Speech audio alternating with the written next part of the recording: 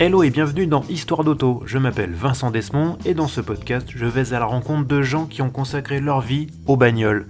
Ils ou elles sont journalistes, photographes, illustrateurs, blogueurs ou encore youtubeurs. Ils ont un point commun, de l'essence coule dans leurs veines. Épisode après épisode, ils nous raconteront leur parcours, leurs goûts, leurs aventures motorisées, en un mot, leurs histoires d'auto.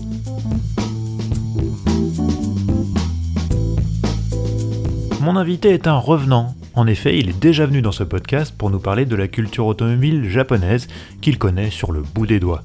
C'était dans l'épisode 23, à découvrir ou redécouvrir si vous ne l'avez pas encore écouté. Cette fois-ci, nous allons encore parler du Japon et des voitures japonaises, puisque c'est sa grande passion. Mais nous allons aussi découvrir comment cette fascination lui est venue, évoquer ses débuts en compétition, sa brève expérience dans la presse auto, ou encore comment il parvient à concilier sa passion pour les bagnoles et son amour pour le vélo. Mon invité, c'est Georges Champommier.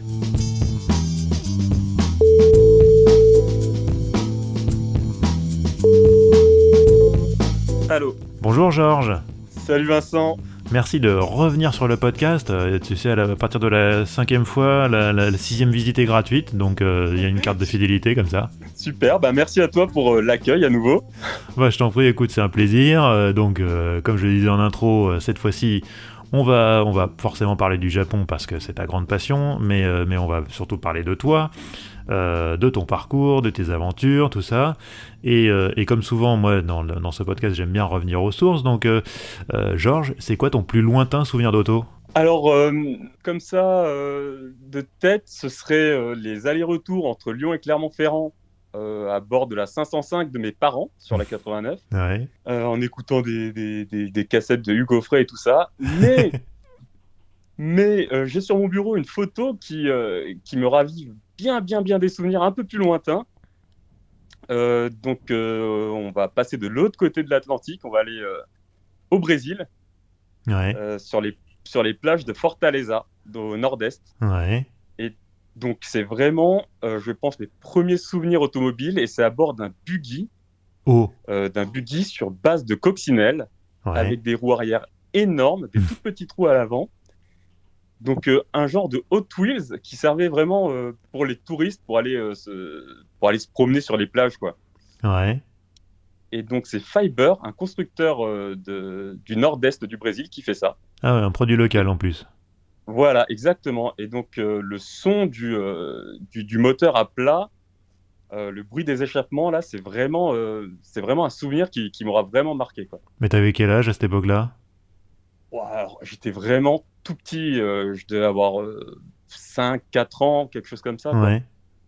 Et ça t'a marqué, en même temps je comprends, hein, c'est sûr, hein, tu débarques déjà là-bas et en plus voilà les immenses plages et le buggy, et donc faire trimballer là-dedans à 4-5 ans, ça doit être un sacré souvenir, ouais. Ouais, et il y avait aussi ce bruit, c'est vraiment ce bruit qui m'a marqué, ce son de moteur, parce qu'il était aussi présent dans les combis Volkswagen qui étaient très populaires à l'époque. Ouais.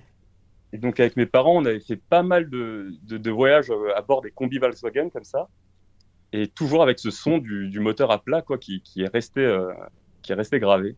Parce que ta famille est originaire du Brésil ? Alors moi, je suis né au Brésil, en fait. D'accord. Je suis arrivé en France à 3 ans. Ouais. Et donc, on a fait quelques allers-retours entre-temps, où j'ai passé quelques années pendant ma scolarité, très petit. Et c'est des souvenirs qui m'auront vraiment marqué. Et c'est vraiment ce son du moteur à plat, quoi. Bah oui, parce que mine de rien, que ce soit le combi ou la Cox, ils ont été produits au Brésil pendant très très longtemps, le combi, je crois, jusqu'au début des années 2000, si je me gourre pas. Voilà. Donc oui, c'est les Volkswagen à refroidissement par air, c'est quasiment consubstantiel au Brésil, quoi. Exactement. Bon, et dis-moi, tu as commencé à conduire à quel âge, du coup ? Parce que j'imagine que tu as peut-être touché un volant avant d'avoir 18 ans ? Alors, tout à fait. Alors, la première fois que j'ai conduit, je crois que c'était ma mère qui voulait me calmer parce que j'étais un petit peu impatient. On attendait mon père à la sortie de son boulot et je tenais plus en place. Et puis, elle m'a fait faire une manœuvre avec l'espace familial. Ouais. C'était un espace 2 diesel. Et c'est là où la première fois j'ai conduit, quoi. J'ai fait une marche arrière, une marche avant, j'ai tourné le volant. Et là, paf, j'étais calmé instantanément. Waouh, c'était trop bien.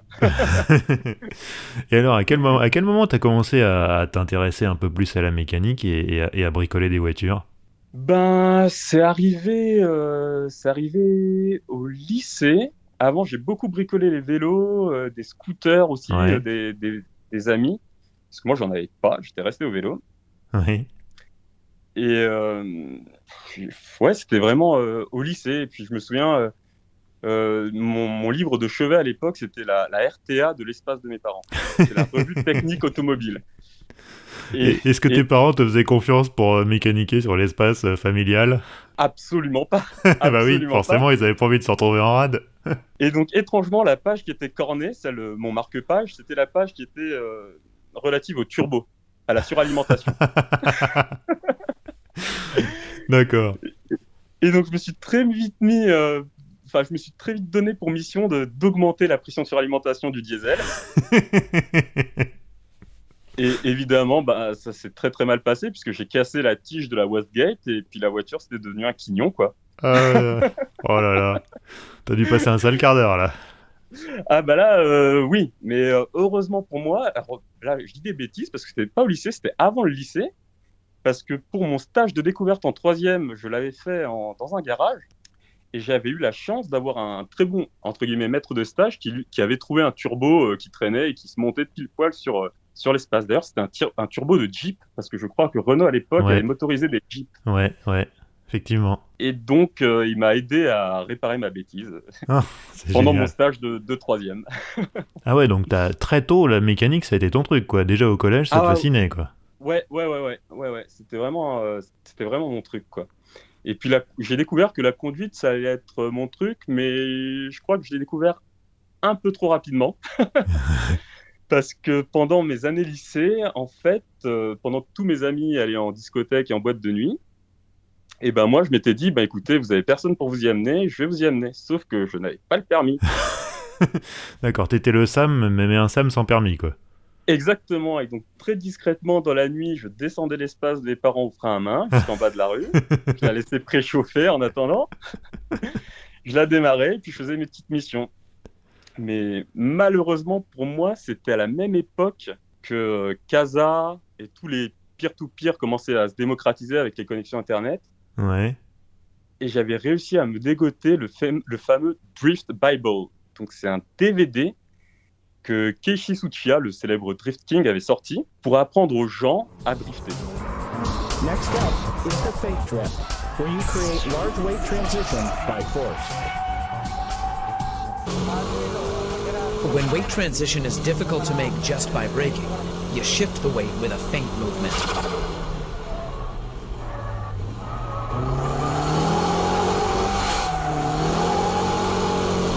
Quickly steer like this, and at this point, my foot is off the gas. And when I juke the car like this, the car bounces back with the weight. C'était une vidéo que je regardais en boucle, en boucle, en boucle, et qui était sous-titrée, Ouais. heureusement pour moi. Et donc un soir, avec deux amis très très proches, enfin une nuit quoi, il y en a un qui me lance, bah écoute, qu'est-ce que tu as appris dans ton DVD? Bah, moi, ni une ni deux, qu'est-ce que je fais? Ben, je prends un petit peu d'élan avec l'espace, qui est assez Aïe, long, aïe, parce que aïe. c'était... Et je me lance dans un feinto. Donc en japonais, c'est comme ça qu'on traduit un transfert de masse. Ouais. Donc très fier de moi, l'espace part en glisse, Ouais. impeccable dans le virage, j'étais super fier de moi. Et là, après, ben, coup de raquette. Et donc la voiture qui part à l'opposé, qui saute un fossé, qui s'immobilise au milieu d'un champ. Et il y a un truc qui m'a vraiment marqué, c'est que pendant que la voiture était fumante et complètement inerte, le moteur était à 5000 tours et j'avais le pied soudé sur Ah l'accélérateur. oui, d'accord, t'étais tétanisé, quoi. J'étais tétanisé. En fait, je pense que je voulais absolument rattraper la glisse, mais c'était 100 fois trop tard parce que j'avais zéro expérience de conduite ou quoi que ce soit. Enfin, c'était n'importe quoi. Et là-dessus, on a vraiment eu beaucoup de peau parce que bah, déjà, personne n'a été blessé, ce qui est Ouais. très bien. La voiture était épave, mais il y a une voiture de gendarme qui passe pile à ce moment-là, qui nous voit arrêter au milieu d'un champ, Ouais. qui me demande les papiers. Évidemment, je n'avais pas les papiers, je n'avais pas de permis. Ils se contentent de regarder la vignette d'assurance sur le pare-brise. Ils disent, bon, bah, c'est OK. J'ai inventé un traquenard comme quoi j'avais oublié mes papiers en allant chercher mes potes en boîte de nuit, machin. Ils m'ont proposé de nous conduire de nous faire monter dans la voiture. Mais malheureusement pour eux, il n'y avait pas assez de place pour nous héberger tous les trois. Ouais. Et donc, ils nous ont laissé repartir. On est rentré à pied. On est rentré à pied chez moi. Et puis, je me souviens, je me suis endormi comme si de rien n'était. Et puis, le lendemain matin, c'est très, très mal passé quand ma petite sœur a demandé à mes parents où était la voiture. J'imagine. Elle est où la voiture? Bah, je sais pas, tu l'as garée où? C'était exactement ces mots. Moi, je l'ai garée dans un champ un peu plus loin, là-bas. Donc voilà, faut pas brûler les étapes quand on... Ah, j'adore l'espace qui a servi de cobaye, là, dis donc. Bon, et alors, donc c'est forcément pour toi, suivre une formation de mécanicien, c'était logique après ça, quoi.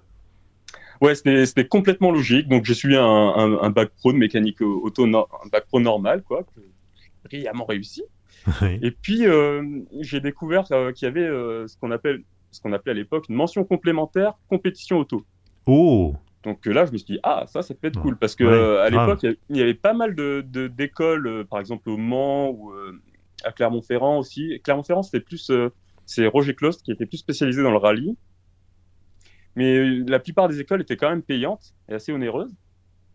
Et donc là, c'était une année de mention complémentaire dans le Nord qui nous permettait de faire des stages dans le milieu de la compète et surtout de nous familiariser avec la soudure, avec les matériaux composites, avec l'usinage, mais aussi et surtout de nous faire un carnet d'adresses. Ouais. Donc, ce qui était pas mal. Et le premier stage que j'ai fait, ça avait commencé assez fort, puisque c'était à l'écurie Griffith de Croix-en-Ternois. Mhm. Et le propriétaire de l'écurie, lui, il avait 2 Formule 1. Oh! Il avait une Formule 1, c'était une Tyrrell, une 012-6 de 85. C'était une Formule 1 que Martin Brundle avait conduit, mais aussi et surtout une Benetton, une B192 pilotée par un célèbre pilote, Michael Schumacher, et dessinée par Ross Brown. Ah ouais. Et toi, tu sors de ton bac pro, t'arrives et on te dit, bah écoute, tu vas démonter la mousse du réservoir de la Tyrrell. Là. Oui, d'accord, tout de suite. Et là, tout de suite, j'ai su que c'est ce qui allait me plaire, quoi. Les Formule 1, quand on voit comment tout est assemblé, tous les petits détails spécifiques comme le fil freiné qu'on mettait à l'époque sur les vis de frein, par exemple, pour pas que ça se desserre. Ouais. Et puis le côté historique aussi, je veux dire, voilà, cette voiture-là, Michael Schumacher l'a touchée, il l'a pilotée, c'était quand même quelque chose. Ouais, c'était une F1 du coup de 94 par là 92. 92. Ah ouais, c'était vraiment, Ouais. c'est vraiment ses débuts en F1 alors. Ouais, tout à fait. Et donc bricoler sur les autos et puis après la mettre dans un camion complètement banalisé, Ouais. filer sur le circuit de Dijon et puis voir tourner à 10 000 tours la voiture sur laquelle tu as passé quelques heures les jours d'avant. Ouais. C'était vraiment quelque chose, quoi. Et puis de se dire, faut pas qu'elle tombe en panne non plus parce que sinon on a l'air un peu bête. Ouais. Et ça a été aussi ma première expérience avec les gentleman drivers, quoi. Ouais. Et ça, c'est un truc qui m'a marqué. Et tous ces gens qui pilotent par plaisir et certains, et qui pour beaucoup, parfois se donnent des airs. Ouais. Donc, qui sont des fois peut-être un peu trop pointilleux par rapport à leur, on va dire, capacité. Et donc, des fois, on avait un peu l'impression d'être des acteurs dans une espèce dans un espèce de cinéma, quoi. Par exemple, il y avait un pilote qui enchaînait les tours de piste et disait, ah non, mais je pense qu'il faut rajouter un peu de précharge à l'arrière. La voiture, elle est comme ci, elle est comme ça. Mec, il savait pas de quoi il parlait, quoi. Ouais, voilà. Et donc, la personne qui s'occupait de nous, il nous prenait dans un coin, il nous disait, bon, vous faites un peu de bruit sur les amortisseurs, vous sortez le mètre à ruban et puis vous le laissez repartir, quoi. Il y va avec du feu. Voilà, et le gars tournait 2 dixièmes plus vite les tours d'après, quoi.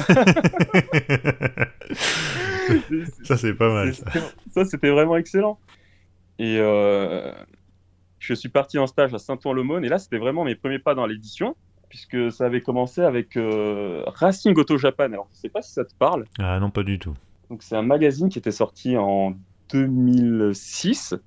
C'est un magazine spécifiquement dédié aux voitures japonaises et de tuning, exactement comme AutoWorks. Ouais. Donc il poussait le vice jusqu'au bout, même à être lu dans le sens inverse. Ah oui, carrément.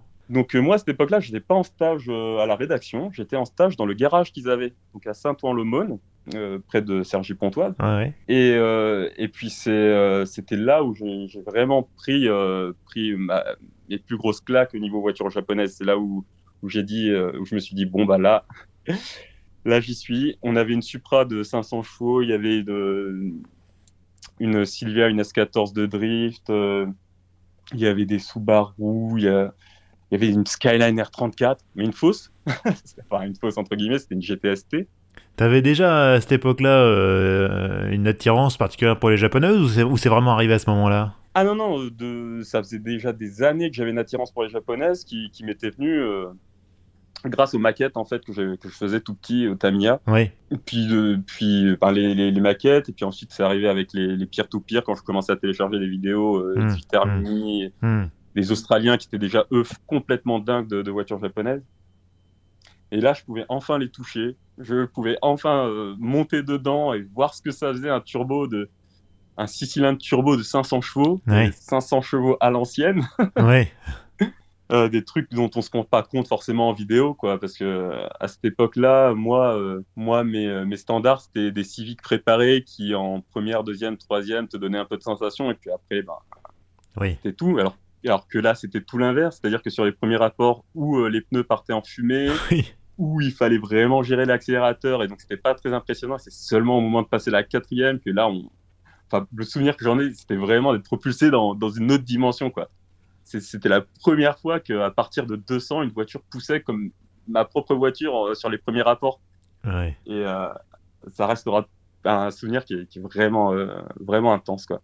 Et alors donc pendant combien de temps comme ça t'as été à cheval entre le monde de la compétition et le monde de l'édition? Comment ça s'est, enfin combien de temps ça a duré ça? Alors ça a duré bien 2 ans en fait, Ouais. parce que mon futur patron donc de chez Evorest, lui gravitait déjà autour de Racing Auto Japan, il donnait des coups de main et des conseils pour la préparation de la Supra de 500 chevaux. Mhm. Et donc c'est comme ça que par la suite, j'ai été embauché par Julien Ménard. Et c'est au moment du Paris Tuning Show 2008, je crois qu'il a rencontré Ludovic Ligny, donc le patron d'AutoWorks à l'époque. Mhm. Et il lui fallait un endroit pour faire les do-it-yourself. Il lui fallait un endroit pour ça, mais en même temps, avec son boulot d'à côté, il n'avait pas vraiment le temps de mettre la main à la pâte. Et puis, les do-it-yourself, c'est vraiment un des pires trucs qu'on puisse faire, en fait. Je précise, hein, c'était l'étude des tutoriels de mécanique en fait. Exactement, exactement. Et donc, déjà, en mécanique, c'est bien quand tout se passe bien. Quand il n'y a pas de surprise, quand il n'y a pas un écrou qui casse ou qui est grippé. Ou une mauvaise que tout se surprise passe bien. quand tu démontes un truc. Voilà.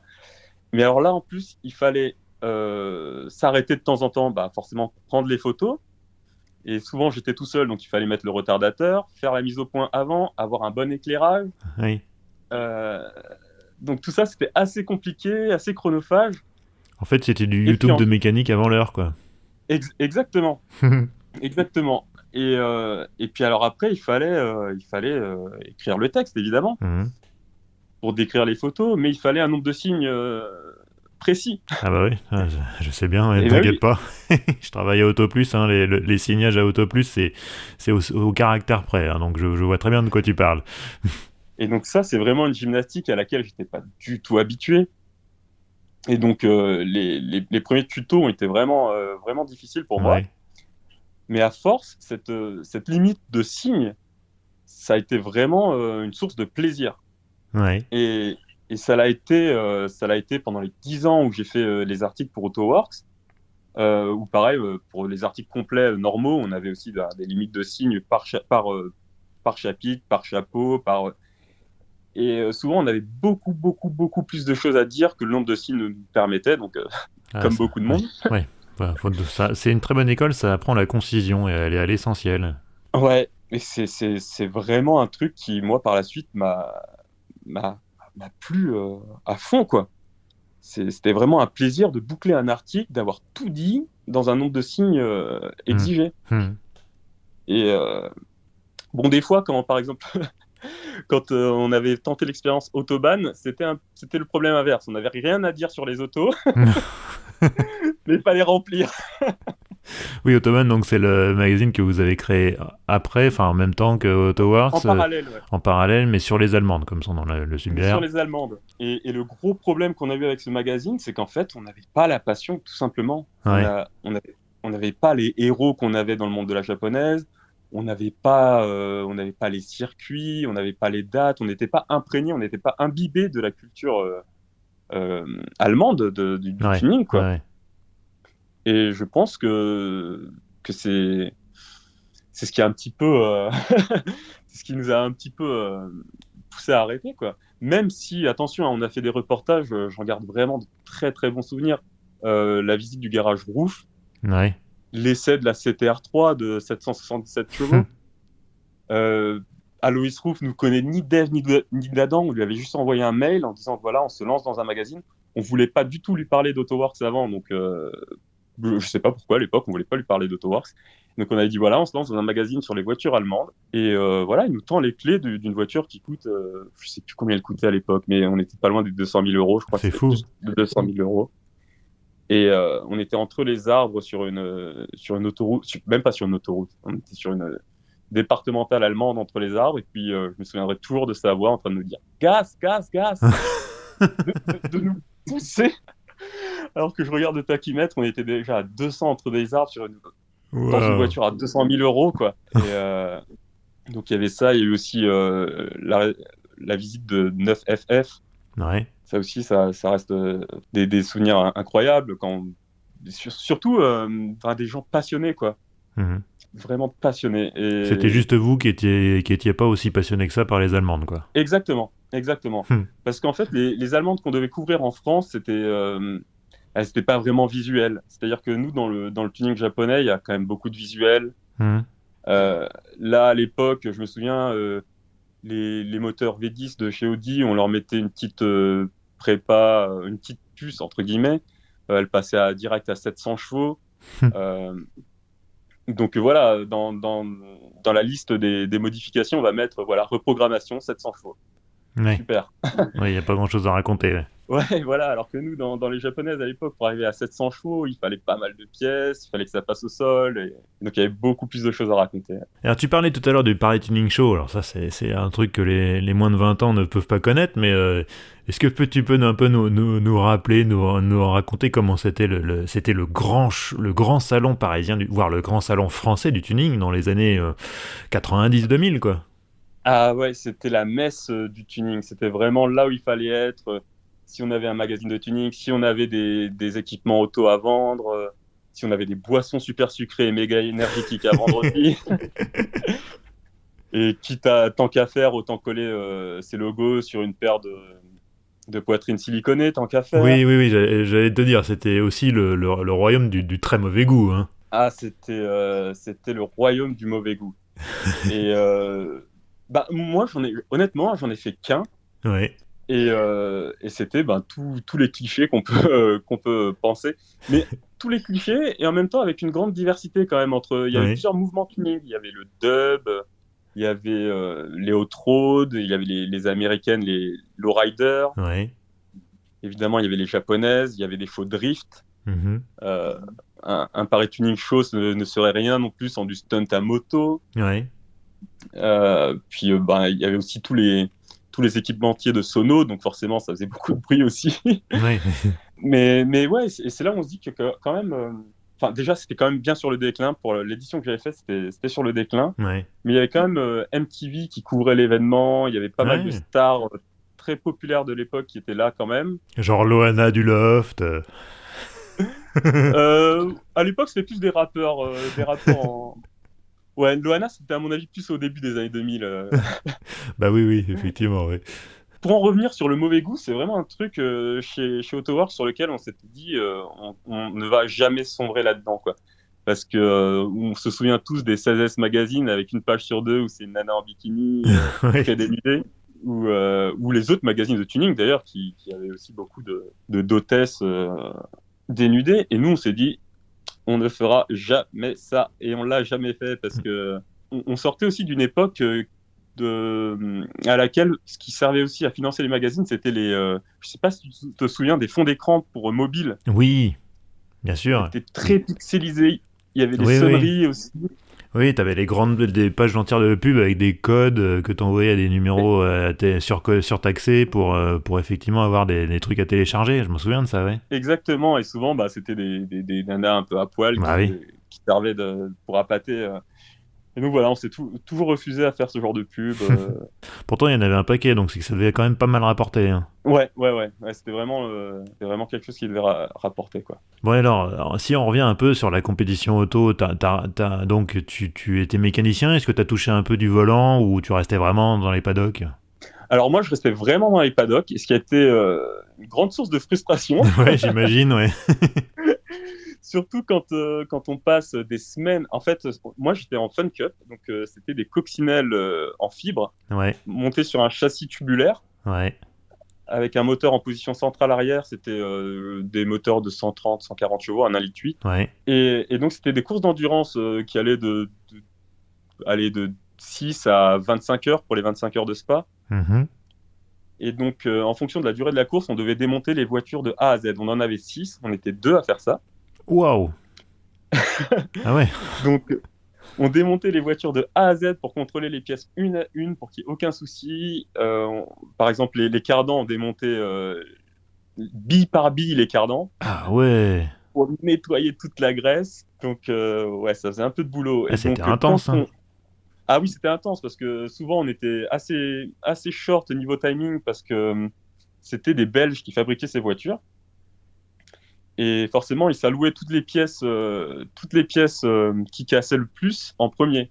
Et donc, le temps que eux Forcément. reconstruisent les pièces, nous, on était livrés à la fin, quoi, juste avant les courses. Ouais. Et donc, ça m'est arrivé à plusieurs reprises d'enchaîner des nuits blanches avant de charger les voitures dans le camion, de repartir par exemple au Castellet sans avoir dormi Ouais. et de devoir remonter le stand dans la foulée après. Ah, ouais, d'accord. Donc, Ouais. c'était vraiment intense. Et donc, une fois qu'on arrive dans un état de fatigue assez certain et que le gentleman driver casse la voiture lors des essais, Ouais, ouais. là, on se dit, ah, Tout ça pour bon, ça. bah, ça va être encore une nuit assez courte. Mais je regrette absolument rien. C'était vraiment génial.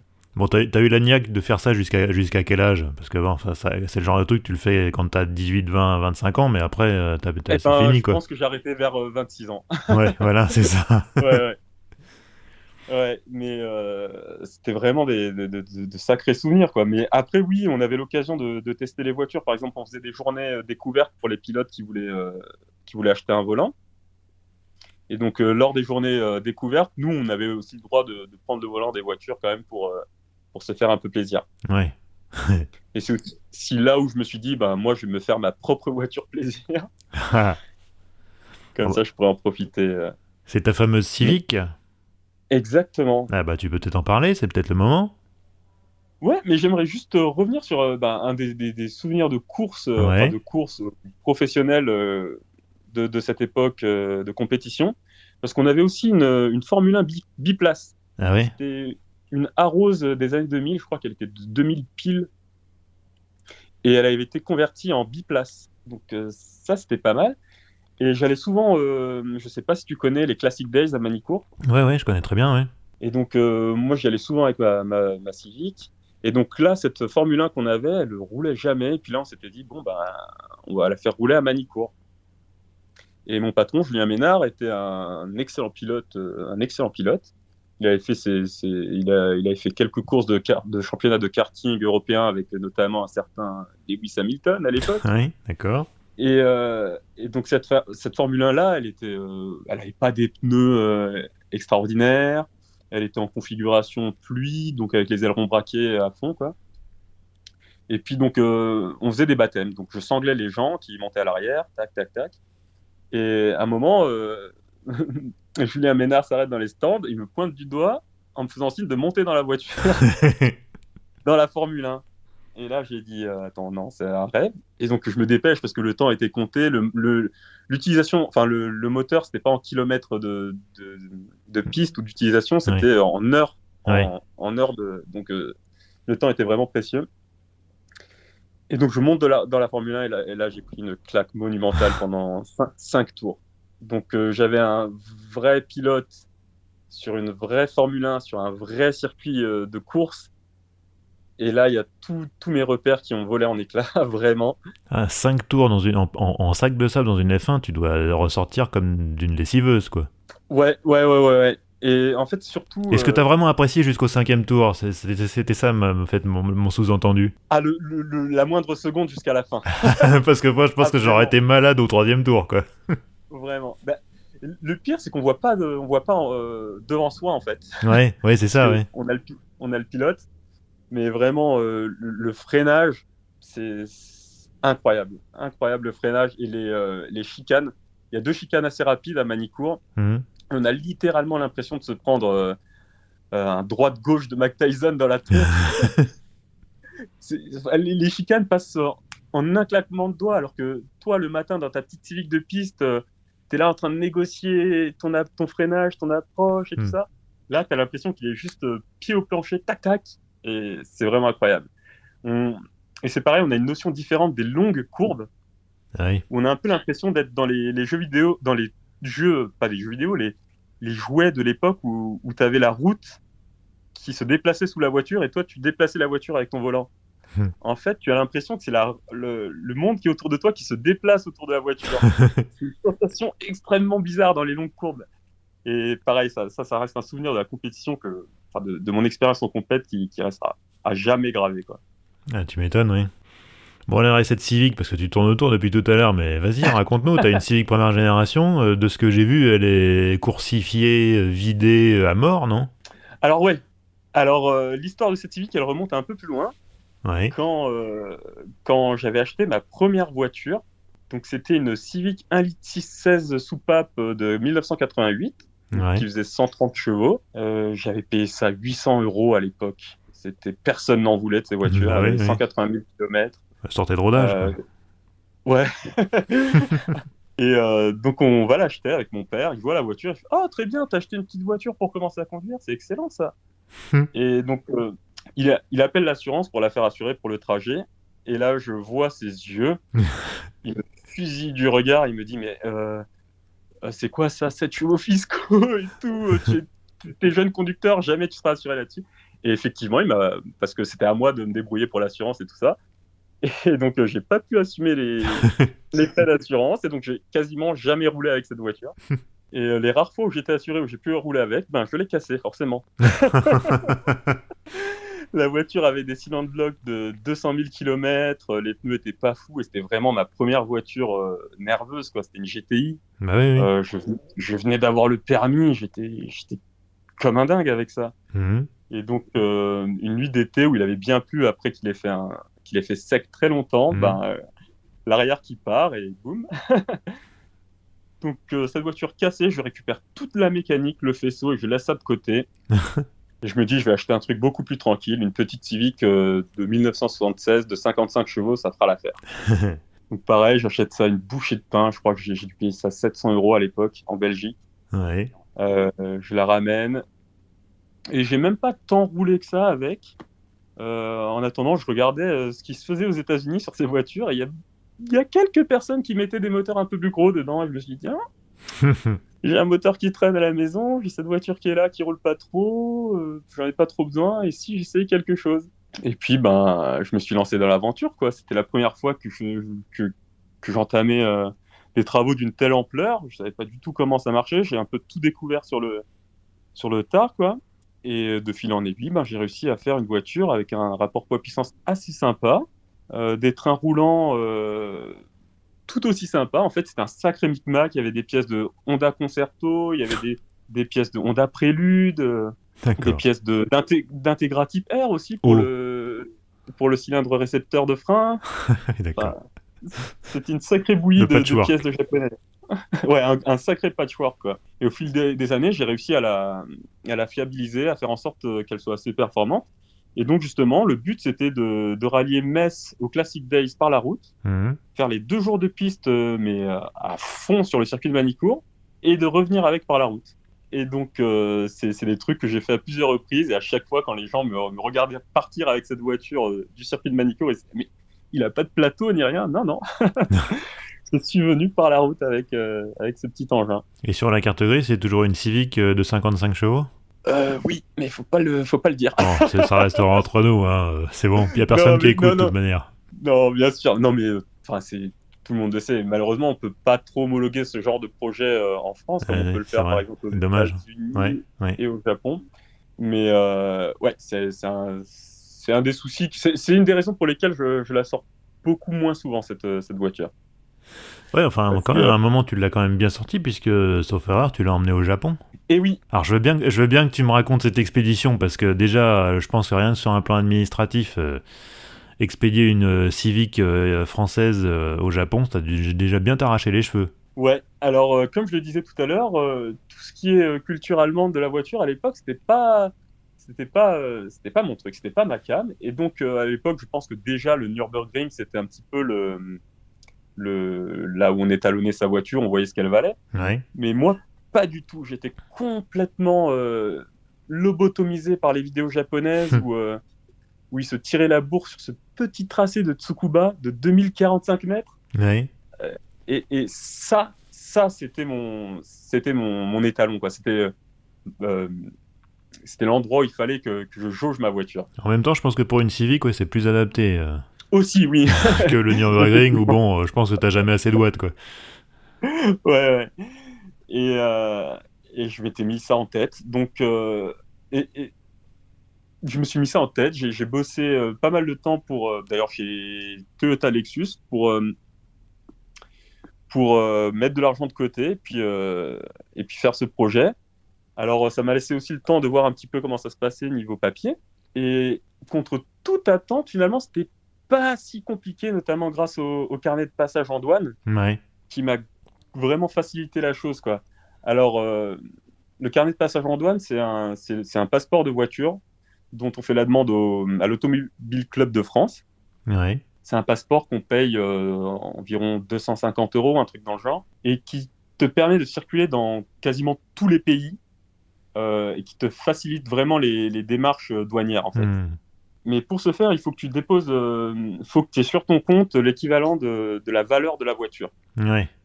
Et Ça dans a pas dû certains être pays, simple d'évaluer la valeur de ta voiture. ouais, mais ça va que c'était le Japon, donc c'était plutôt cool. Parce que dans certains pays, il faut mettre 2 fois le prix de la voiture.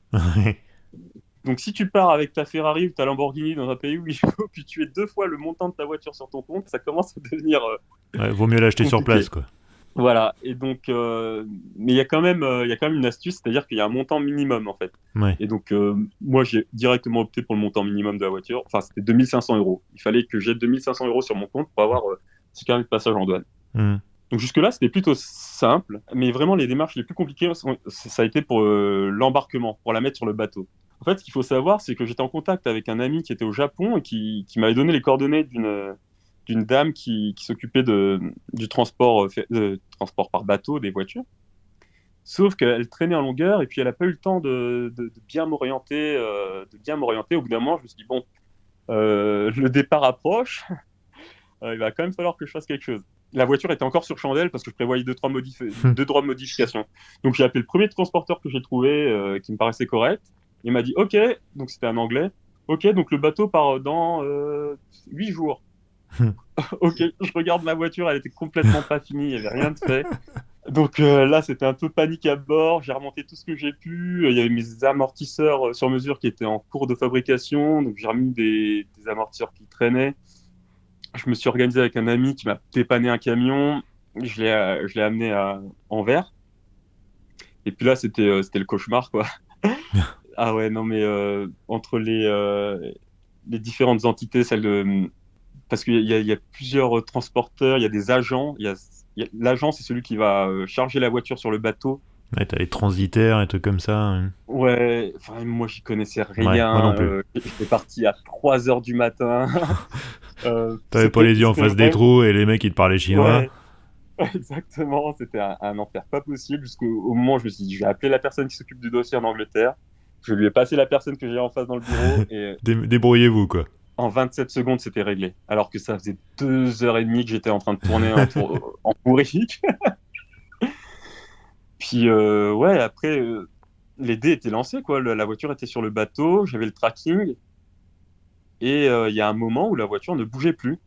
Donc, elle était en Corée du Sud, et pendant 10 jours, elle était bloquée en Corée du Sud. Donc, il y avait ma voiture, celle dans laquelle j'avais mis toutes mes économies, que j'avais passé un temps monstrueux, qui était bloquée en Corée du Sud, et je ne savais pas ce qui se passait. Jusqu'à 2 jours avant l'arrivée au Japon, où là, elle part de Corée du Sud, et elle arrive en même temps que nous sur le territoire japonais. Oh, le coup de peau. Alors en fait, je pensais que c'était un coup de peau, mais pas du tout. En fait, c'était le japonais qui s'occupait, qui avait pris le relais du dossier, qui avait fait transiter la voiture en Corée du Sud le temps, enfin, juste pour pas qu'on paie les frais de gardiennage au Japon, en fait, Eh, pas mal. qui m'aurait complètement ruiné. Et donc ça, c'était la bonne surprise. Du coup, tu lui as payé un sac Vuitton pour sa femme? Non, non, je lui ai payé quand même 90 euros parce qu'il y avait les frais de déchargement Ouais. que je n'avais pas pris en compte. Mais après, ça a été pour faire traduire le carnet de passage en douane, on est allé à la JAF, donc l'équivalent de l'Automobile Club en France. En 20 minutes, c'était plié, pas de problème. Et après, il a fallu faire dédouaner quelque chose. Et là, pareil, on est resté 2 heures dans des bureaux au Japon. Il fallait juste un petit tampon où ils ont fait des allers-retours. Ils ont retourné tout le bâtiment pour essayer de nous venir en aide. Et pareil, c'était extrêmement long. Et là, j'avais toujours pas la voiture. Hein. Oui, bah oui. J'avais toujours pas la voiture. Il a fallu la chercher à un autre endroit. Parce que tout ça, c'était pas non plus à côté. Hein. Bah oui, j'imagine, oui. Et Mais entre-temps, vous il y étiez avait où? des Vous étiez à péages. Tokyo, là? Alors non, moi je logeais à Hirakata, c'était près d'Osaka, Ouais, et la voiture était à Kobe, donc un peu plus de 160 km au sud. ouais. Et donc il y avait pas mal d'autoroutes entre les différents points, entre l'agent portuaire, entre la douane, entre là où la voiture était stockée, avec pas mal de péages. Et heureusement, j'avais avec moi le rédacteur en chef de AutoWork, qui habite au Japon depuis plusieurs années déjà. Et donc, sans lui, ça aurait été impossible, puisque Ouais. personne ne parlait anglais. Ouais, d'accord. Et finalement, on a enfin retrouvé la Civic dans un piteux état, hein, parce que, en fait, j'ai une pompe à eau électrique dessus et un coupe-circuit. Sauf que, à mon avis, ils ont oublié de couper le circuit, tout simplement. Et je pense qu'ils ont essayé de pousser la voiture pour la faire démarrer avec un Fenwick ou quelque chose dans le genre, et puis ils ont pété les feux arrière, tout ça. Mais bon, Oh.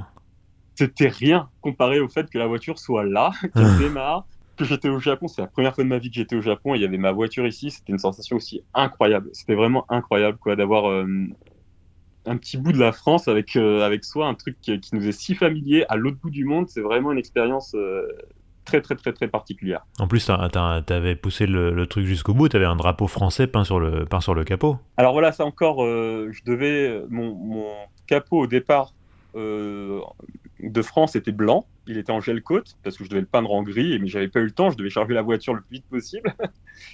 Et là, mon pote JC, donc l'ancien rédacteur chef d'AutoWorks, me dit mec, on peut pas laisser la voiture comme ça. Il faut marquer le coup, il faut qu'on fasse un truc qui pète. Et donc là, il a eu l'idée de faire ce bleu, blanc, rouge sur le capot. Ouais, alors qu'est-ce que t'as fait avec ta Civic? Donc t'es allé à Tsukuba? Ouais, mais pour y aller, on a fait pas mal de routes Bah oui. et pas mal d'étapes aussi. Donc on est allé voir différentes rédactions, fameuses rédactions locales. Ouais. On est passé par Tokyo. On est allé à Odaiba où j'ai eu une énorme surprise, où j'ai retrouvé on a débarqué en pleine Oktoberfest en fait, donc vraiment une fête typique folklore allemand, mais au Japon. Truc, ça devait être bien kitsch, Oh. ça, je pense. Ah oui, complet, en plein jet lag. Donc ça nous a permis aussi à Odaiba, il y a un espèce de hall dans lequel il y a des voitures de course. Enfin, je crois que c'était en possession de Toyota, où ils mettent en show, en lumière, pas mal de véhicules très prestigieux, ou des véhicules de course, ou des véhicules qui ont participé, je sais pas, aux 24 heures du Nürburgring, aux 24 heures du Mans. Et donc c'est vraiment un truc qui m'a montré à quel point l'automobile était ancrée au Japon, dans le sens où c'est comme un centre commercial, mais où tu as des voitures qui sont pas encore sorties, qui sont même à disposition en essai des fois. Ça avait été le cas pour la GT86, pour la GR Yaris aussi. t'as une espèce de piste d'essai où tu peux essayer la voiture. Enfin, c'était incroyable. Et donc, et puis on a campé aussi. Donc on a fait pas mal de routes et on n'était pas dans les hôtels. Et pour trouver des endroits où camper de manière sauvage au Japon, c'est pas évident. Mhm. Je me souviens notamment de quand on est arrivé près du circuit de Fuji Speedway, où on voulait s'arrêter pour dormir, on était crevés, surtout qu'en fait, on s'est rendu compte à la fin du road trip que on s'endormait pas parce que c'était chiant ou quoi, c'était juste parce qu'il y avait des émissions de monoxyde de carbone à l'intérieur de la Civic et donc on s'endormait. Oula. Mais ça, on s'en est rendu compte vraiment à la fin. Puis on était crevés, on s'est dit bon bah on va camper ici. On commence à s'arrêter, à décharger. Et là, mon pote japonais me dit, on peut pas camper là, en fait. Je dis, bah pourquoi? Alors, on est au pied du mont Fuji. Il y a une forêt qui est très, très célèbre pour les gens qui se donnent la mort. Oh. Et donc, ça doit être blindé d'esprit. Alors après, le Japon est vraiment très, très, très, très là-dessus, quoi, sur les esprits et tout ça. Et mon pote a été un petit peu infusé par cette culture-là. Ouais, enfin Et en même donc, temps, l'idée d'avoir peut-être un mec qui va se suicider pendant la nuit à côté de toi, ouais, je comprends. Enfin, même moi, ça donnerait moyennement envie. Hein. ouais, complètement. Et là, on a fait, ouais, ok, donc on va peut-être pas dormir ici, quoi. Puis finalement, on a dormi dans une voiture sur un parking juste avant d'aller à Fuji. Et puis, pareil, c'était une sensation incroyable d'arriver sur un endroit que tu as l'impression de connaître Ouais. parce que tu as tellement regardé des vidéos, des photos. Et puis, as l'impression d'être dans une photo, quoi, Oui. dans un fond d'écran de ton Ouais, c'est ça. ordinateur. Le Fuji, c'est vraiment la carte postale du Japon. Enfin, avec le Ouais, ouais, Shinkansen qui ouais, passe devant. Enfin voilà, c'est la carte postale, quoi. exactement. Et puis j'ai eu exactement la même sensation quand j'étais dans la pit lane de Tsukuba au volant de ma Civic, quoi. J'étais là, je suis dans Best Motoring, mais en vrai, Best Motoring, donc c'est une émission japonaise dans laquelle ils essaient des voitures tunées ou des voitures de série. Ouais, c'est là où ils font des courses, ils en prennent plusieurs, ils font des Exactement, ouais. courses, ouais, on voit souvent les vidéos qui traînent où les mecs ils roulent comme des tarés avec des caisses de route, Ouais, c'est génial. avec des murs en béton de chaque côté de la piste, tu te dis c'est quand même chaud. Tout à fait, ouais, ouais, ouais. Et puis, ah oui, et puis j'ai eu une petite surprise aussi parce que Tsukuba, c'était mon premier circuit au Japon avec la voiture. Ouais. Et j'ai eu la surprise d'avoir eu le répartiteur de frein complètement sur l'arrière. Ah oui, au premier freinage, ça a dû te faire bizarre, oui. Ça m'a fait effectivement très très bizarre. Il y a une vidéo sur ma chaîne YouTube qui le montre. Ça t'a rappelé tes années de cartes. Tout à fait. Tout à fait. Et donc je fais un tour comme ça. Je fais ah c'est bon, c'est les pneus qui doivent pas être assez chauds. Deuxième tour, rebelote. Je me dis non mais c'est pas possible. Puis après je me dis tiens, je bidouille le répartiteur de frein. Je fais, ah ouais non mais d'accord. Donc voilà, ça reste quand même un excellent souvenir, même si j'avais pas les pneus adéquats, parce qu'ils étaient un peu rincés, comme j'avais pas eu le temps de tout changer avant de partir et tout. Mais c'était vraiment un excellent souvenir. Voilà, au moins j'ai un temps de ma voiture à Tsukuba. Et il y a même une vidéo que tu as postée sur ta chaîne YouTube, car tu as une chaîne YouTube, alors je mettrai le lien dans la description du podcast. Et effectivement, il y a une vidéo embarquée de ton tour chrono à Tsukuba dans la Civic. Tout à fait, tout à fait. Et alors, Et- est-ce que t'as fait autre chose? Est-ce que t'as été visiter, je sais pas, des musées de bagnoles? Est-ce que t'as été visiter des garages là-bas, des préparateurs? Ah ouais, bah ouais, on a fait que ça, on a fait que ça, on en a profité pour faire le plein d'articles. Bah ouais. Et pareil, c'était extraordinaire parce que enfin moi je suis allé voir des tas de héros que j'idolâtrais étant adolescent. On est allé voir les gens du Garage Work. Donc, Garage Work, c'est un garage qui est spécialisé dans les Civics. Ils font des Ouais. Civics qui tournent plus fort que des Skyline préparés à Tsukuba. D'accord. C'est c'est des petites Civics qui font 600 kilos, 200 chevaux, mais avec des rapports de boîte extrêmement bien étudiés. Ouais. Euh, et ce qui me plaît chez eux, c'est que du bricolage. Il n'y a pas de CNC, il n'y a pas de carbone à four autoclave et tout ça. Non, non, c'est que du bricolage. Et avec une Civic atmosphérique, ils arrivent à tourner plus fort des R34 préparés ou des monstres, quoi. Et ils ont même pas de pont chez eux, ils font tout ça au sol. Ah oui, d'accord. Vraiment exceptionnel. Et puis on est allé aussi à Sendai. À Sendai, c'est un endroit qui nous tenait vraiment à cœur, dans le sens où on avait pas mal d'amis qui habitaient au nord du Japon, qui l'année d'avant avaient été touchés Oui, par le c'était juste séisme. après le tremblement de terre, oui. Ouais. Et on a pu visiter le circuit de Sendai, Finlande, qui est pas du tout connu chez nous les Européens. mais qui est quand même l'endroit où où il y avait la seule piste de dragster permanente. Mhm. Et il y a un circuit exceptionnel qui est perché tout en haut dans les montagnes, qui a un savant mélange entre Charade et Dijon. Ah ouais, pas Et, mal. et c'est excellent, c'est excellent. C'est là où tous les tuneurs locaux se donnaient rendez-vous pour en découdre. Hmm. Et tu avais un mélange d'amateurs et de professionnels qui se tiraient la bourre à bord de voitures qui étaient très très lourdement préparées, mais sans déco flashy, que, que du muscle en fait, que pour la perf. Et, et en fait, t'avais vraiment l'impression de voir du Gran Turismo dans la vraie vie. Hmm. Et, c'est un truc qui me marquera toujours. T'as le tuning du nord du Japon, celui de Tokyo et celui d'Osaka au sud. Ah ouais. Et le nord est pas très très réputé. Ils sont plus considérés comme étant des pecnos un peu Ouais. dépouilleux. Ouais. Mais Un mais peu à comme en côté de ça, France, quoi, voilà. un peu comme en France. Spécial dédicace à notre ami Benoît Fauconnier, n'est-ce pas, le défenseur du Schnorr, voilà. Donc le nord du Japon, c'est un peu comme le nord de la France, voilà. Voilà, tout à fait. Tu as Tokyo où il y a pas mal de salaryman qui ont énormément d'argent et qui vont tout mettre Ouais, dans les pièces dernier cri et qui vont préparer des voitures de malades. ouais. Et au sud, tu as Osaka où c'est un peu plus sauvage parce que Osaka, on a tendance à dire que c'est un petit peu le Marseille français où les gens se lâchent un peu plus. Où là, tu as vraiment la culture du kanjo, c'est-à-dire les petites civiques préparées comme dans les courses one make, c'est-à-dire où toutes les voitures étaient pareilles. C'était des courses de civiques de la même Ouais. catégorie, même préparées pareil. Sauf qu'ils les mettent sur le périph d'Osaka et puis ils se tirent la bourre comme ça. Oui, d'accord. Donc c'est vraiment trois pans du tuning japonais. Et puis moi, vraiment, celui que je préfère, c'était le nord du Japon, quoi. Ouais. C'est celui qu'on faisait pas mal retranscrire dans les premiers numéros d'AutoWorks. Bon, en tout cas, si, cher auditeur, si vous voulez en savoir un petit peu plus sur le Japon, la culture auto-japonaise et tout, bah, je vous renvoie à l'épisode 23 de ce podcast où Georges était déjà là. On l'a publié en mai 2021. Donc, n'hésitez pas à réécouter ou écouter parce que ouais, c'est une plongée dans la culture automobile japonaise.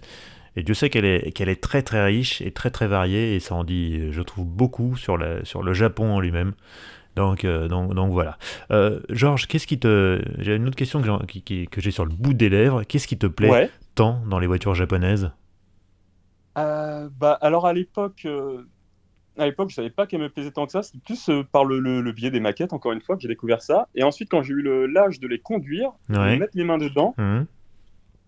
je me suis rendu compte que, en fait, quand j'étais au lycée, on travaillait sur des vieux moteurs Renault ou PSA. Mhm. Et moi, quand j'ai eu la Civic, que j'ai mis les mains dedans, j'ai trouvé ça mais d'une finesse. C'était vraiment incroyable. Je veux dire, pour un moteur qui avait été conçu en 85, c'était le 1,16 litre de chez Honda à l'époque. Donc avec un bloc complètement en alliage d'aluminium, double Mhm. arbre à cam en tête, Mhm. avec une injection séquentielle ultra sophistiquée, un allumage électronique pareil, très très sophistiqué. T'arrives là-dedans, tu dis mais waouh, c'est Bah, c'est vrai que incroyable. même de rien, même les culasses multisoupables dans le milieu des années 80, c'était rarissime. Hein. Ouais, et puis à l'époque, tout le monde était très enthousiaste sur les 205 Mhm. GTI. Mhm. Bah oui. Et puis moi, quand je conduisais au niveau des commandes, je trouvais pas ça incroyable, quoi. Surtout les commandes de boîte, quoi. Bah oui. Après, entre guillemets, je dis souvent que j'ai eu le malheur de commencer la mécanique par, enfin, du moins intensément, par les Honda. Ouais. Et ça pousse à me dire que tout ce qui est venu après, c'est un petit peu grossier, quoi. Même Toyota, quand on travaille sur les Toyota avec le chef de rubrique d'AutoWorks, on disait souvent, c'est un peu de l'agriculture, quoi. Tout est surdimensionné, tout est très lourd, tout est pas forcément beaucoup plus fiable pour autant. Alors que Honda, on sent vraiment l'héritage de la moto, où tout est vraiment Mhm. fin, tout est Mhm. poussé, tout est léger et ça reste fiable. Et ce qui est incroyable, c'est que malgré la sophistication technologique de toutes les solutions qu'ils ont utilisées dans le passé, tout ce qui est VTEC, VVLTI et tout ça, ça reste super simple à travailler. Ouais. Moi, je me souviendrai toujours, avant de travailler sur les boîtes Honda, j'avais démonté les boîtes PSA où il y avait des billes, des ressorts qui sautaient dans tous les sens et tout. Il fallait se souvenir de l'ordre dans lequel ils étaient, machin et tout. Une boîte de Honda, t'as pas besoin d'outils spécifiques, tu démontes ça comme un Lego, c'est vraiment du pur plaisir, quoi. Mhm. Puis après, il y avait aussi, on va dire, l'audace de certains constructeurs. Je pense par exemple à Mazda, Ouais, avec tout le monde connaît les moteurs bien rotatifs, sûr. mais je pense à des trucs un peu plus confidentiels, comme un V6 à cycle Miller sur la Mazda 626. Ouais. Donc un V6 avec un compresseur à cycle Miller, donc en gros un moteur à 5 temps pour faire simple. C'est eux aussi qui avaient fait la MX3, qui avaient jeté un V6 d'1,8 litre dedans. Ouais, c'est fou, hein. Donc une traction avec un V6 d'1,8 litre et un train arrière super incisif. C'est vraiment une voiture que j'ai beaucoup aimée, celle-là. Mhm. C'était une mini GT. Les 323 GTX avec un 1,6 turbo, la MX5, Mhm. les MR2, Mhm. bon, pour passer chez Toyota. Enfin, c'est tout des voitures que, enfin, je sais pas, je trouvais pas cette audace chez les constructeurs européens à l'époque. Après, j'avais certainement un petit peu de brouillard dans les yeux, de passion dans les yeux, qui m'empêchait de voir autre chose, mais c'est tous des trucs qui m'ont vraiment attiré, quoi. Bon alors on comprend que t'es un petit peu plus un Honda Boy, mais j'ai quand même envie de te poser la question que je crois que c'est Victor qui l'avait posée quand j'avais annoncé ta Ouais. venue en mai 2021, donc ça remonte, hein, je crois que c'était Victor. Quelle est ta génération préférée de Nissan GT-R? Oui, une question comme ça, c'est forcément Victor. Alors, il y a quelques années de ça, je t'aurais répondu, mais sans aucune hésitation, mais zéro, aucune hésitation, j'aurais dit la R32 GTR. Ouais. Et parce que voilà, c'est Godzilla, c'est la voiture qui, selon moi, représente le plus mon championnat préféré, qui était le groupe A dans le passé. Donc, Ouais. avec des voitures qui ressemblent, qui sont des voitures extérieurement d'origine, Mhm. mais qui, sous leur peau, sont complètement transformées avec un grip mécanique incroyable, des trains roulants mécano-soudés en alu, des énormes slicks qui passent à peine dans les ailes. C'est vraiment l'image que j'ai de la R32, c'est vraiment ça. Et puis La même, Calisonic? oui, bah oui, Bah oui, forcément, forcément. la Calisonic, ouais, ouais. Donc qui n'est pas la Godzilla originale, au passage, entre nous, ça dit. Ouais, mais c'est la plus mythique, je pense. Exactement. Et j'avais cette image-là, donc c'était vraiment la skyline qui me faisait rêver, quoi. Sauf qu'après, avec le temps, en allant au Japon, à chaque fois, je retombais sur des R33 que je méprisais comme un Porschiste méprise la 96, la 996. Ouais. Et à force de la voir, je me dis, mais non, mais quand même, en fait, c'est elle, c'est celle-là. C'est celle-là qui me plaît vraiment. C'est celle par laquelle, en fait, j'ai vraiment découvert ça. C'était les maquettes que je faisais, c'était les vidéos que je regardais à l'époque. Mhm. C'est vraiment celle qui a fait grandir ce truc en moi des japonaises, quoi. C'est celle qui tapait des 300 km/h sur l'Aqualine à Shiba, dans la banlieue tokyoïte. Enfin, des vidéos complètement illégales et complètement folles qui m'ont vraiment marqué. Mhm. C'est la R33 GTR, quoi. La R34, après, elle a eu beaucoup de hype, notamment grâce à Gran Turismo et tout ça, mais j'ai jamais eu de vrai atome. Enfin, elle m'a jamais. Je sais pas, elle m'a jamais vraiment plu, quoi. Donc, pour répondre à Victor, la R33 GTR. Bah voilà, Vraiment. ça c'est fait. Bon alors Voilà. aujourd'hui, tu ne travailles pas sur des japonaises, en tout cas, ou alors ça peut t'arriver, mais c'est plutôt par accident et c'est plutôt personnel, puisque tu es mécanicien chez un spécialiste Porsche, si je me trompe pas. Tout à fait, tout à fait. Bon alors, à choisir, je pense que je connais la réponse, mais si on te propose de travailler sur une Porsche ou sur une japonaise, quelle qu'elle soit, tu préfères quoi? Alors après, on va dire, ça dépend des interventions. Mais Ah, ça dépend des interventions, mais quand même, je préférais toujours travailler sur une japonaise, je pense. Après, c'est vrai qu'il y a un petit mythe qui est tombé quand j'ai commencé à travailler sur les Porsche. Parce que toutes celles qu'on a, c'est vraiment des Porsche des années 2000, ouais. donc qui commencent un petit peu à prendre de l'âge, et donc on commence à voir des choses qui ont mal été conçues de par le passé. Mhm. Et je suis un peu déçu par une marque de prestige comme ça qui s'est mis à tirer sur les coûts Ouais, c'était un peu de la mauvaise manière. période pour Porsche. Oui, les années 2000, effectivement, ils ont surtout au début où bon, ils avaient plus de sous, donc il fallait qu'ils serrent les coûts au maximum. C'était une question de Ouais. survie, hein. Et Mhm, clairement, mhm. c'est en mutualisant les coûts entre le Boxster et la 996 qu'ils ont réussi à survivre, hein. Mais effectivement, quand on monte aujourd'hui dans une Porsche de cette époque-là, ça fait un peu mal aux yeux, la planche de bord, les vilains boutons et tout. Ouais, et alors quand on met les mains dans la mécanique après, Avec le fameux arbre IMS. oui, alors ça, oui, oui, oui, entre autres, mais après, là, on commence à voir d'autres choses qui débarquent, comme par exemple des conduites de refroidissement qui deviennent poreuses, ou Ah ouais. des choses comme ça. Mais après, ça reste toujours sympa à conduire, hein, forcément. Oui, oui, oui. C'est vrai que ouais, la première Porsche que j'ai essayé, j'étais tout jeune journaliste, c'était un Boxster S, donc de cette Ouais. génération-là. Phase 1 ou phase 2, j'ai un doute. Je crois que c'était la phase 1. Non, c'était peut-être la phase 2. Et je m'en souviens encore. C'est marrant, hein. Pourtant, c'était pas. Voilà, ça faisait 250 Ouais, ouais. chevaux, c'était pas non plus. Mais le châssis était topissime. Toutes les commandes étaient parfaites. La Ouais. boîte, la direction, même la pédale de frein, super fini et tout. La sonorité du moteur aussi, puis Ouais, même voilà, esthétiquement, voilà, voilà. c'était une belle auto, quoi. Ouais. Et ouais, c'est vrai que c'est une caisse qui, me suis pris une claque quand j'ai essayé ce Boxster. Et c'est marrant parce que peu de temps après, j'ai essayé une 996 cab et j'ai Ouais. beaucoup moins aimé. Parce que s'il y avait le Bah, côté vraiment sac à dos, le nez très léger et tout, et je me sentais pas bien dedans. Alors peut-être que je la réessayerais aujourd'hui, ça serait différent, mais je me souviens qu'à l'époque, je m'étais dit, mais c'est nul la 911, moi je veux un Boxster. mais j'aime beaucoup les Boxster et les Cayman. J'aime beaucoup ces autos-là, notamment pour la sonorité du moteur qui n'a rien à voir avec les 911. Ouais, On a vraiment la boîte à air au niveau de l'épaule. ouais. Concrètement, on a la boîte à air au niveau de l'épaule et ce son de l'admission quand on commence à prendre des tours, Hmm. c'est vraiment magique, quoi. Mais ouais, pour en revenir sur le fait de travailler sur les allemandes ou les japonaises, il y a des trucs qui m'ont quand même marqué sur les allemandes.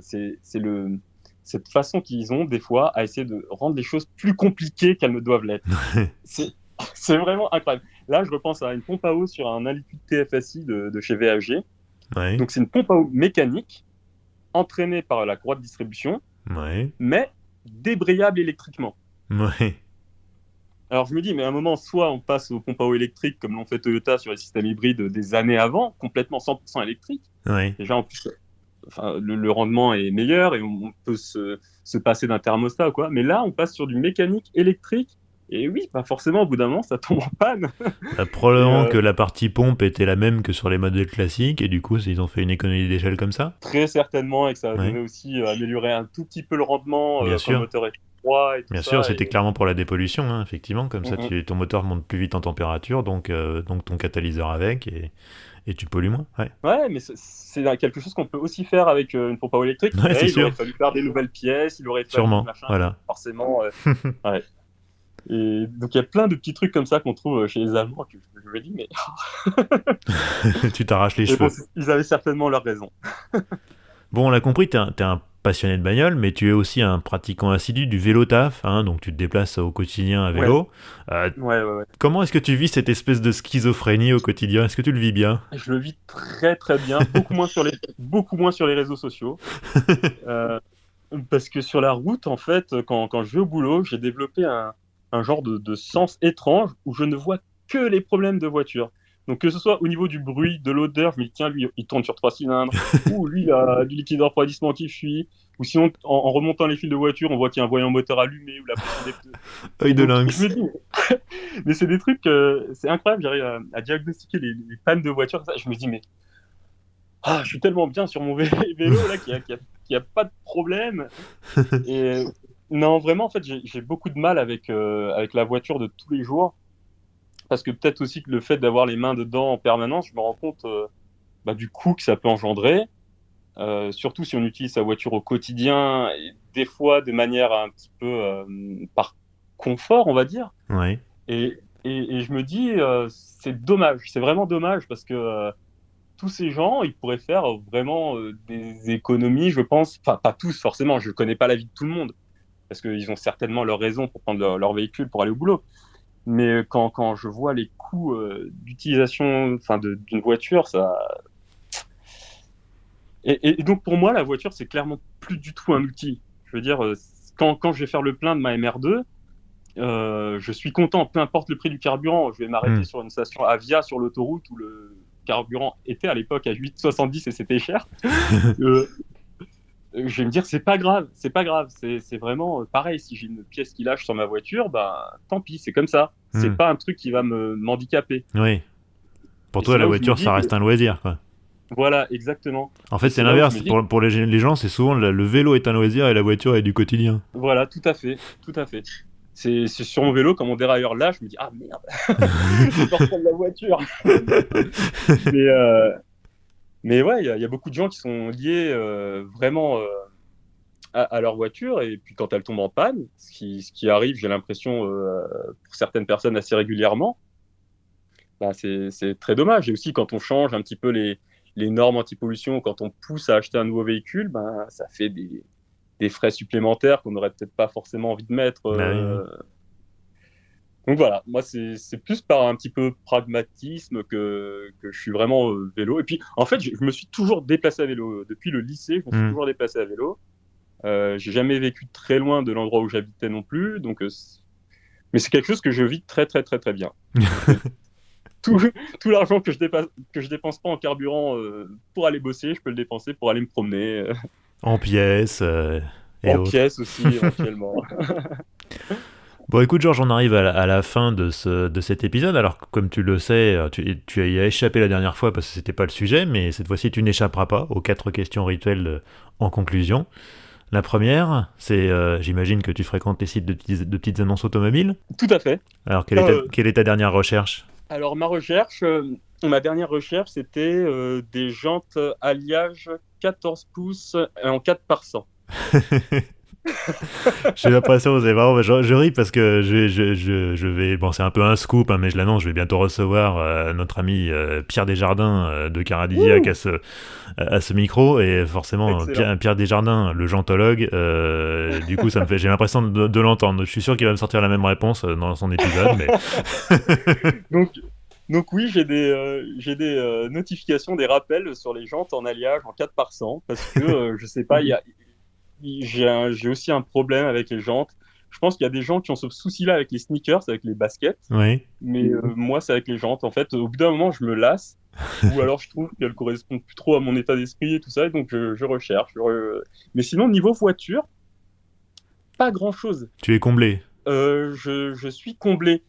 Ah si, oh là là, si, la dernière fois, j'ai recherché un espace 4. Je sais pas pourquoi. Ah, c'est pas pareil. Ah non, c'est pas du tout pareil. Alors, C'était une parce que nostalgie de la voiture d'enfance que tu as peut-être cassée. bien, peut-être bien, mais j'ai toujours eu un fantasme dans un coin de ma tête, c'était de greffer un VQ35DE, donc un moteur de 350Z dans un espace 4 avec 2 turbos HKS. Mais ça, c'est un truc, D'accord. voilà, c'est un truc qui reste dans un coin de ma Ouais, je tête. suis pas sûr que le train avant apprécie vraiment, hein. C'est possible qu'il apprécie pas la blague. Puis il y a peut-être des choses à faire aussi au niveau de la boîte, parce que... Ouais, ouais, ouais. Bon, la deuxième question, c'est ton meilleur souvenir de road trip, mais je crois qu'on en a déjà parlé. Ah ouais, ouais, ouais, c'est bah, clairement le voyage au Japon, quoi. Ouais, tu feras pas... Enfin, t'as pas fait mieux, quoi. Non, je pense pas avoir fait mieux. Je pense. Tu feras peut-être mieux, et je te le souhaite, mais en tout cas, jusqu'à Oui, présent, oui, t'as pas oui, fait oui, mieux. oui. Clairement, j'en ai fait des très très bons. J'en ai fait des très très bons sur la côte ouest américaine avec un ami. Ouais, C'était exceptionnel. Mais vraiment, les touristes de base, on avait pris une Mustang cabriolet ouais, normal. avec voilà la base, quoi, le truc que tous les petits jeunes ont là-bas.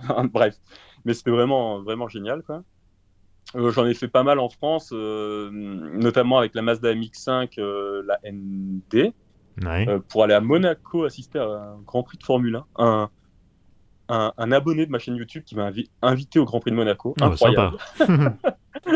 Incroyable.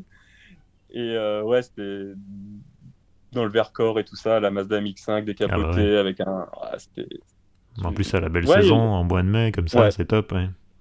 ouais, ouais. J'ai pas mal de souvenirs assez cool, mais vraiment, c'était ben, le Japon, quoi, pour moi. Ouais, forcément. Alors, la question du garage idéal, sans limite de budget, t'as droit à 4 voitures, mais ça doit quand même convenir à ta vie. Alors, c'est terrible parce que je m'étais posé cette question à plusieurs reprises et mon garage était vraiment éclectique. Il y avait des voitures allemandes, Bah, anglaises, c'est bien ça. japonaises, françaises. Oui! Et je me suis reposé la question, là. Je me suis dit, mais. Alors, j'étais parti pour une Austin Mini, une Cooper. Ouais. Ouais, parce que pour moi, c'est vraiment la base. La vraie, on est d'accord, on parle pas de la Ah, mini ouais, ouais, ouais, BMW. ouais, ouais, ouais, bien sûr. Oui, oui, la vraie, quoi. C'est Oh. une voiture qui a les roues aux 4 coins, qui Hmm. pèse rien du tout, et qui, malgré ça, qui est rikiki, mais qui, malgré ça, arrive quand même à avoir une bonne habitabilité. J'ai un ami qui fait plus de 100 kilos et qui mesure 1,80 m, il rentre dedans sans problème. Enfin, je veux dire, pour moi, c'est une voiture qui est incroyable. Puis la maniabilité et tout, enfin, Hmm. c'est fou. Et après, je me suis souvenu, dans cette veine, il y a une autre voiture qui me fait beaucoup plus de l'œil que ça. C'est la Toyota Sports 800. Oh là là, j'aime bien pas l'image. J'ai pas l'image là. Alors, c'est simple, tu prends une 2000 GT, une Toyota 2000 GT qui est Ouais, déjà minuscule, ouais, tu la rétrécis, tu la fais peser moins de 600 kilos, tu d'accord. lui mets un moteur de 45 chevaux en position avant, et donc c'est une propulsion qui pèse moins de 600 kilos et qui a un CX extraordinaire. Donc c'est un tout petit coupé minuscule de chez Toyota qui a été vendu à 300 exemplaires au volant à gauche. Ah ouais. Ouais, et c'était pour la base d'Okinawa aux États-Unis à l'époque. Ah d'accord. Et c'est une voiture qui a un palmarès incroyable parce que malgré ses 45 chevaux, elle arrive à atteindre quand même 160 km/h. Elle a des sièges qui ont été conçus comme les sièges d'avion à l'époque, donc en aluminium rifté. Ah Il y ouais. a plein de panneaux de carrosserie qui sont déjà en aluminium, ce qui était quand même pas Ouais, dis super donc. courant à l'époque. Et puis elle a un palmarès de course qui est assez dingue. Donc j'ai pas malheureusement toutes les dates en course, mais il y en a une qui est quand même notable. C'est qu'elle a gagné les 500 km de Fuji en 66, Eh ben. devant les Prince Skyline, qui étaient quand même des avions de chasse à l'époque, et des Fairlady. Ah En ouais. fait, elle a réussi à gagner la course parce qu'elle était tellement légère et tellement poussée niveau aérodynamique que elle n'avait pas besoin de ravitailler. Et donc, elle a gagné devant des voitures qui étaient beaucoup plus puissantes. Et donc, ça, j'en veux une. Eh J'en veux ben. une, c'est clair. Donc, ça en fait une. Parce que Ouais. l'Austin Mini, en fait, non, je l'ai remplacé par celle-ci. Ouais, bah je comprends. Pour tous les jours, je vais prendre une Civic Type R, mais attention. Ah, La FK8, la dernière, mais ouais. attention, avec une nuance. J'aimerais la faire en version, comme Porsche appelle ça, une Touring. Une Civic Type R Touring. Ouais. Donc, Mais sans sans le gros l'aileron. aileron dégueulasse, ouais. Bah ils ont fait une Ouais, version comme ça, ils avaient fait une version effectivement sans aileron un petit peu plus discrète là. ouais, ouais, plus sage, avec une face plus sage aussi. Parce que pour moi, c'est vraiment une auto qui est super polyvalente, Ouais, qui ne consomme pas tant que ça quand on fait attention, ouais. qui a un coffre, mais Immense, incroyable. Je me ouais. Qui est souviens, confortable, ouais, qui est assez parce confortable. Je me qu'avec souviens l'amortissant avoir, piloté, quand tu la mets en mode ouais, soft, elle est confortable. ouais. Par contre, le mode track, enfin le mode le plus Oui, non. velu, C'est pour le c'est pas circuit, pareil. ouais. C'est pour le circuit, ouais. Mais ouais, je me souviens avoir dormi dedans tranquille. Enfin, on peut mettre pas mal de, enfin, on peut mettre deux vélos dedans. Enfin, c'est vraiment une voiture qui a tout faire en Le fait. délit On peut parfait, quoi. déménager. Ouais, on peut déménager et tout. Ouais. Et là, je m'étais dit aussi, je voulais une supercar aussi. Mhm. Et à l'époque, je m'étais dit quand même, la McLaren F1, c'est cool quoi. Hmm. Ça peut être cool avec les trois places devant, ça peut être vraiment bien. Et Ouais. après, mais c'est horrible parce que là, c'est vraiment pour le moment, on est sur du 100% japonais et ça va pas du tout quoi. Et donc là, je pense à la LFA, forcément. Ah oui, ah oui, ah oui. La LFA, son V10, mais pareil, il faudrait nuancer un petit peu ce choix. J'aimerais une LFA avec une boîte de vitesse contemporaine. Pas manuelle, mais une Ouais. boîte de vitesse à double embrayage Ouais. contemporaine. Oui, bah ça c'était une simple embrayage, c'est ça? Ouais, un simple embrayage piloté. Et elle est sortie pile poil dans la phase où on était entre enfin, les boîtes manuelles pilotées, en fait. Ouais, bah oui. C'était les premières SMG, tout ça, et c'était vraiment pas une Hmm. réussite. Ouais, non, non, Et à donc, en l'époque on fait, trouvait ça bien, mais effectivement, ouais, voilà. tu réessayes ça aujourd'hui, c'est Et quand on regarde les vidéos, les essais et tout, on se rend compte que la boîte, elle gâche un peu le plaisir du V10 quand même. ouais. Mais malgré tout, une LFA, c'est vraiment un truc qui me plairait, Une quoi. LFA plus qu'une McLaren F1 alors. Ah non, non, non, la McLaren F1, je la laisse de côté. Là, ça m'embête vraiment, quoi. Donc là, pour le moment, j'ai un daily, la Civic, la Ouais, petite Toyota Sport Puissant pour le côté vintage, old school, la ouais, LFA parce que voilà. ouais.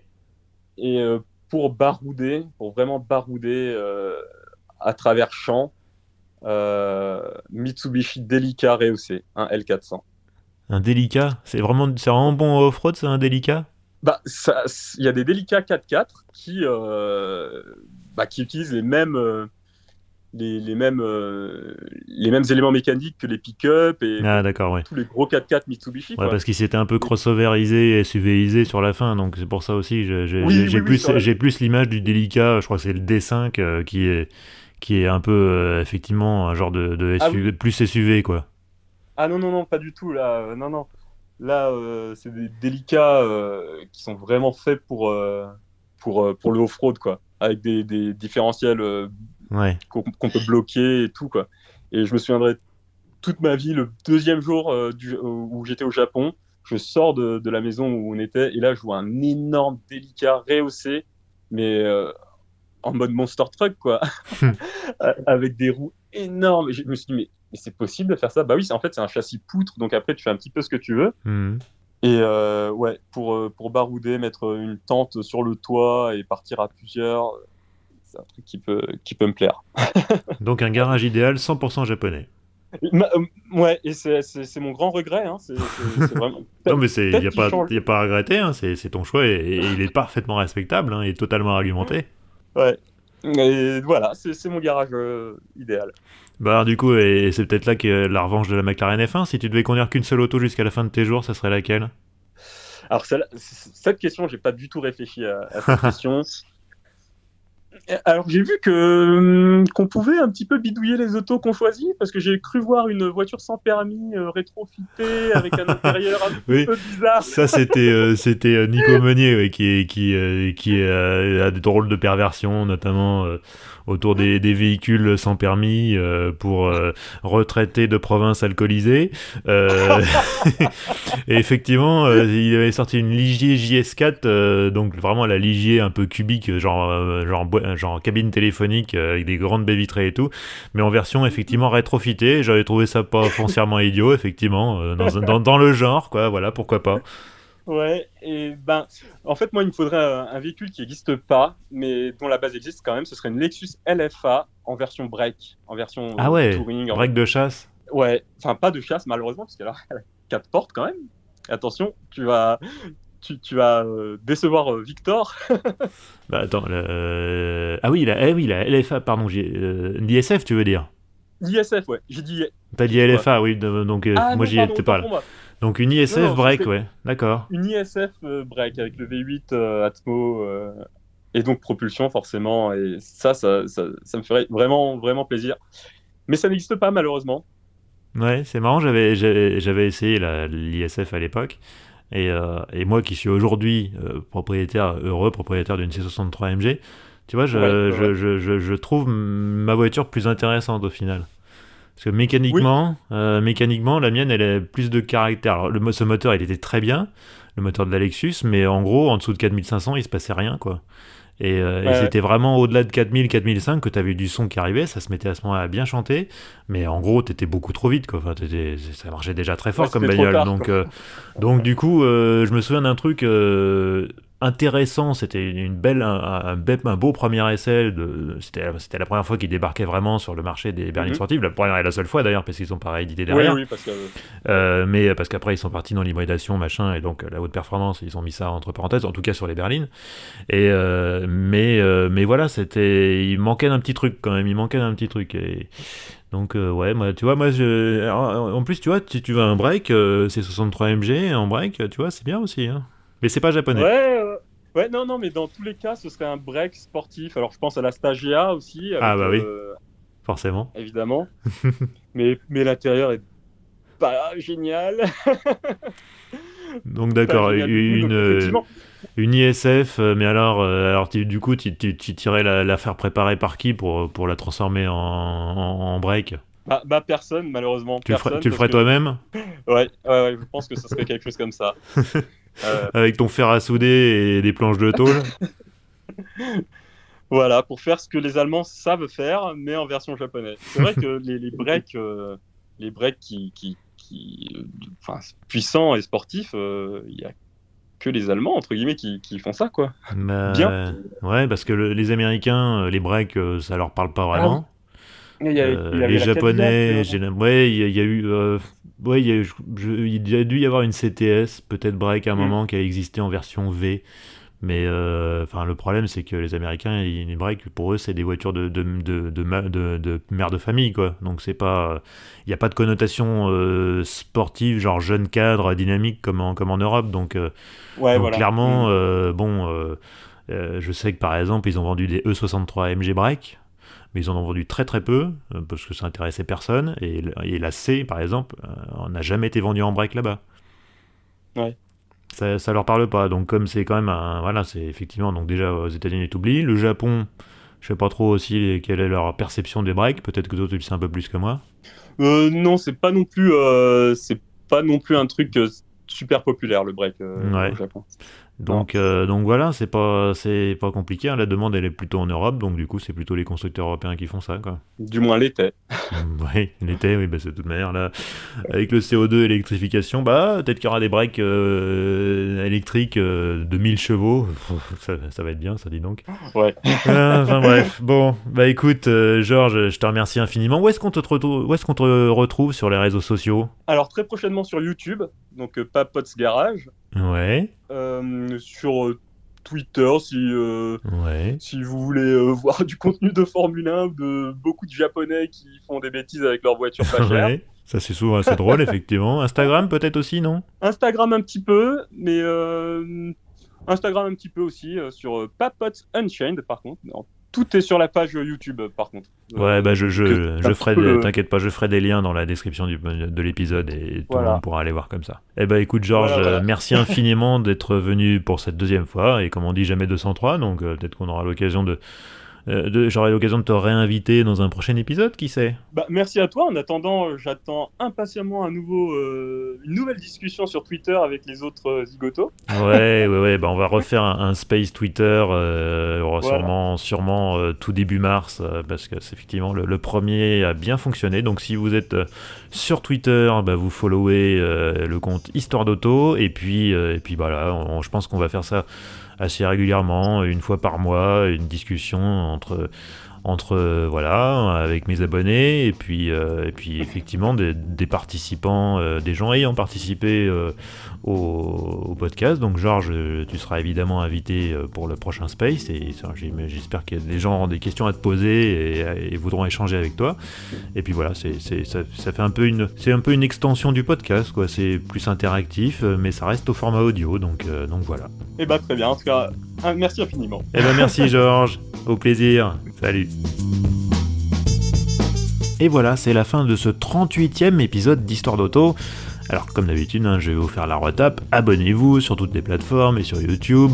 Laissez un commentaire, une petite notation, un petit 5 étoiles, un petit pouce bleu si vous êtes sur YouTube. Ça fait toujours plaisir, et puis ça aide à faire connaître ce podcast.